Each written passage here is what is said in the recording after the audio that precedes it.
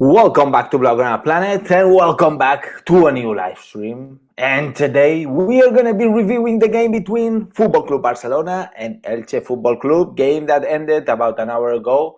My apologies. I normally make the live streams right away as soon as the game finished, but today I couldn't do it due to personal things. Anyways, jumping into the quick analysis before I jump into the extended analysis. Just let me say one thing. This victory means nothing. It means nothing. And this is the sensation I had while I was watching the game. Every goal that we were scoring means nothing. Because La Liga is pretty much done. Let's be realistic. And I want to be with my team. And I want to be supportive. I want to be happy. And I want to look for the future. But let's be realistic. La Liga is super hard at this point. We should have beaten Cádiz. Cádiz was key. We missed 2 huge points. We weren't allowed to miss those 2 points against Cádiz.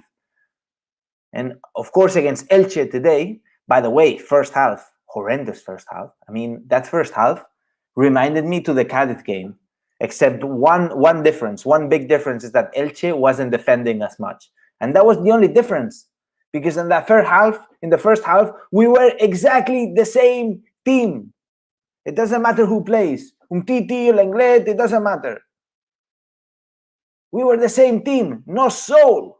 We didn't have a soul in that first half. And in that second half, let me tell you, in that second half, if it wasn't for Leo Messi, this team was barely winning Elche. I'm telling you, without Leo Messi, it would have been 1-0 or maybe 1-1, who knows?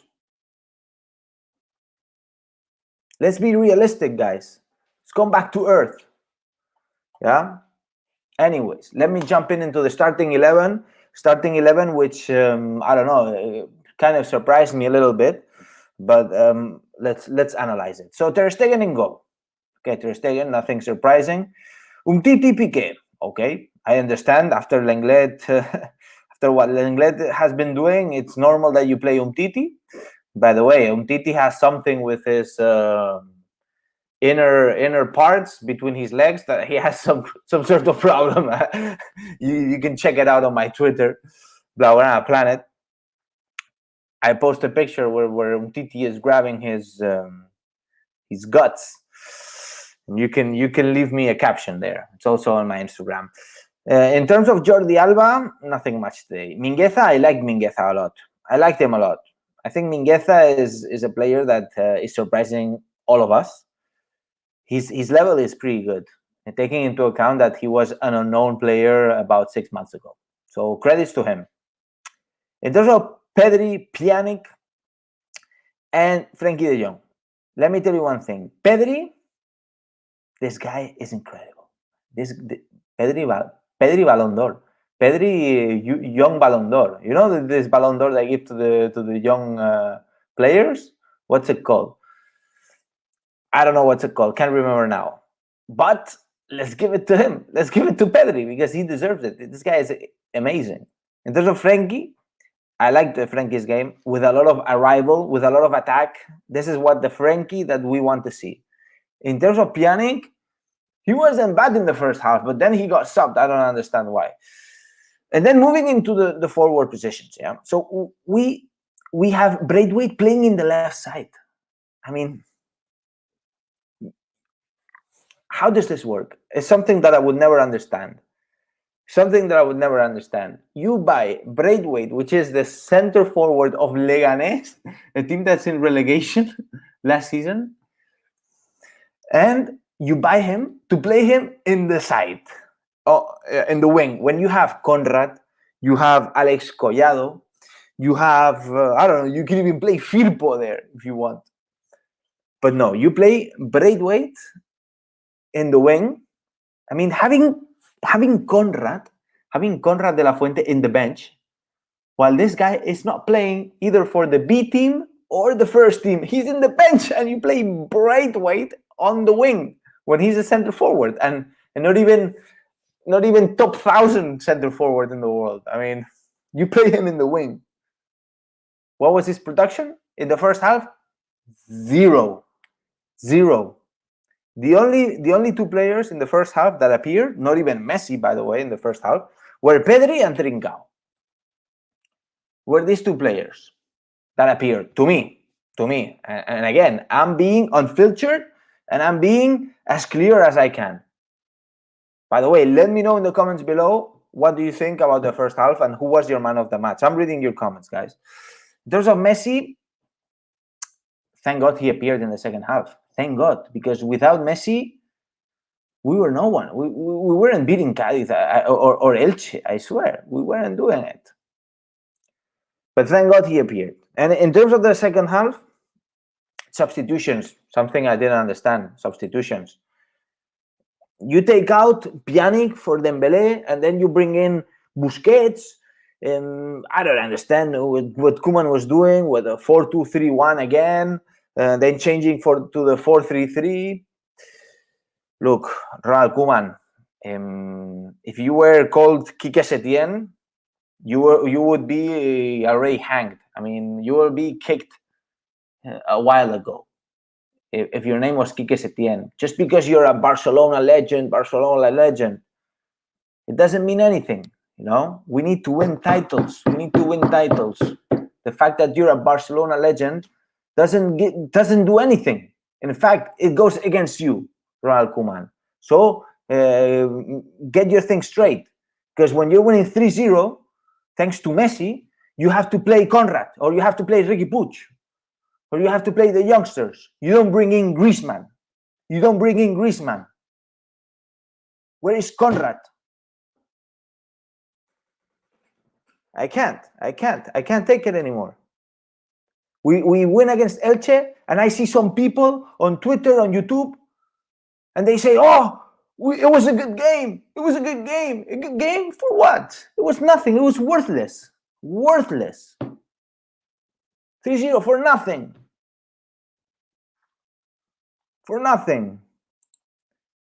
And I have to be this clear, and I want to be this clear, because I'm fed up.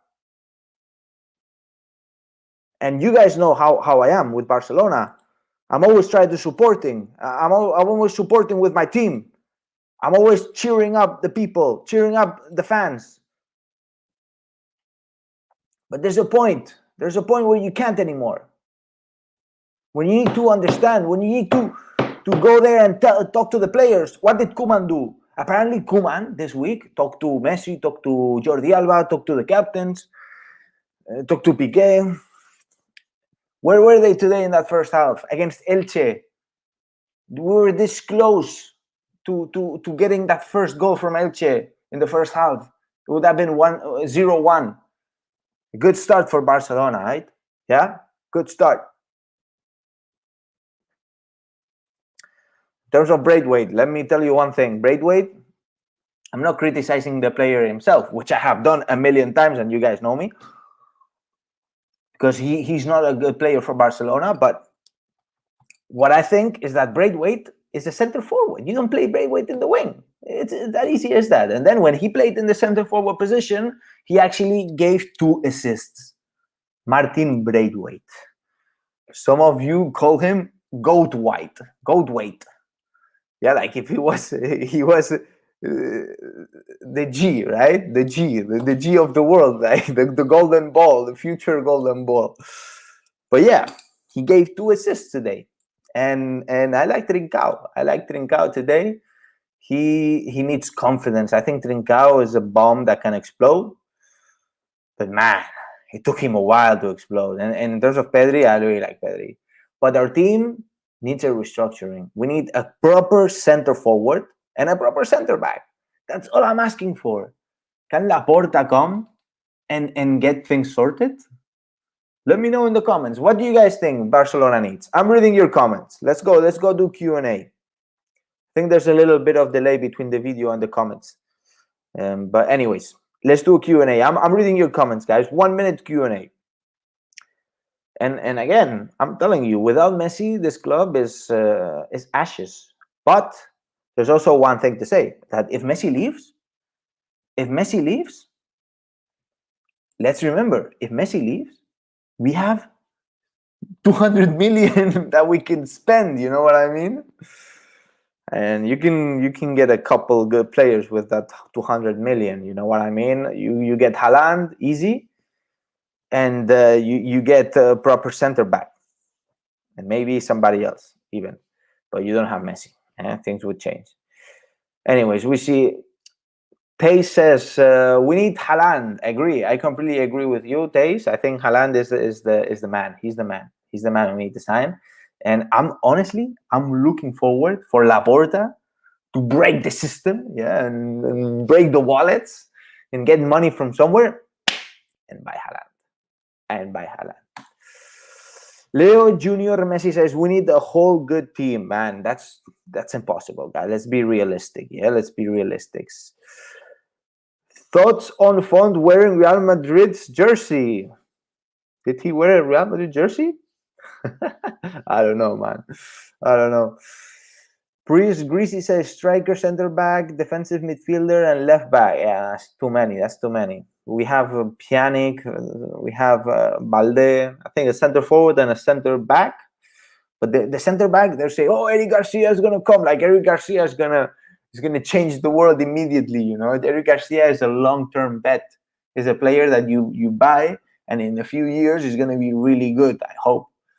But we need immediate action.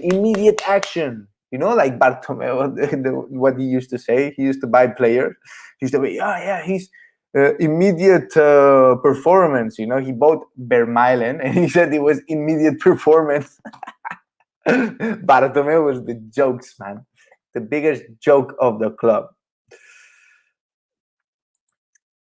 All right. Conrad, Puig, Collado are the future, but under Koeman, impossible, man. I agree. And one thing is that Koeman says, I like to give opportunities to the youngsters. To who? Who are the youngsters? Trincao is the youngster. That's it. No one else. No one else. And Pedri, because if Pedri wasn't on the field, I mean, Koeman would be out already. Yeah, so Conrad, Ricky Puig, and he only uses players that we really need to use. I mean, Mingueza, you need to use Mingueza because there's no one else. You know what I mean? He doesn't really give opportunities. He uses the young players because he really needs to, but he doesn't give them opportunities. Opportunities is today when you're winning 3-0, you bring in Conrad or you bring in Ricky. That's an opportunity.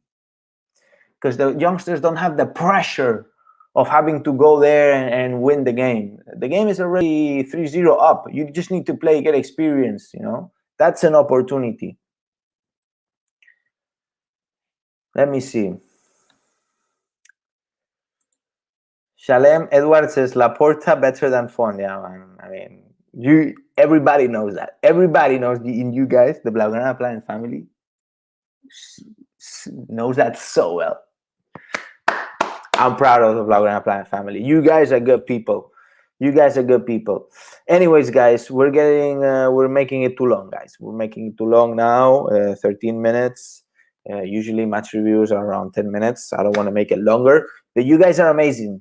Make sure to hit the thumbs up, guys. It's a must because it helps me so much to grow the channel and get exposure to the channel, to Blaugrana Planet and the Blaugrana Planet family. By the way, I'm working on good stuff, although it's taking me a while because it's just a one-man party here. It's just me. And Blaugrana Planet is me.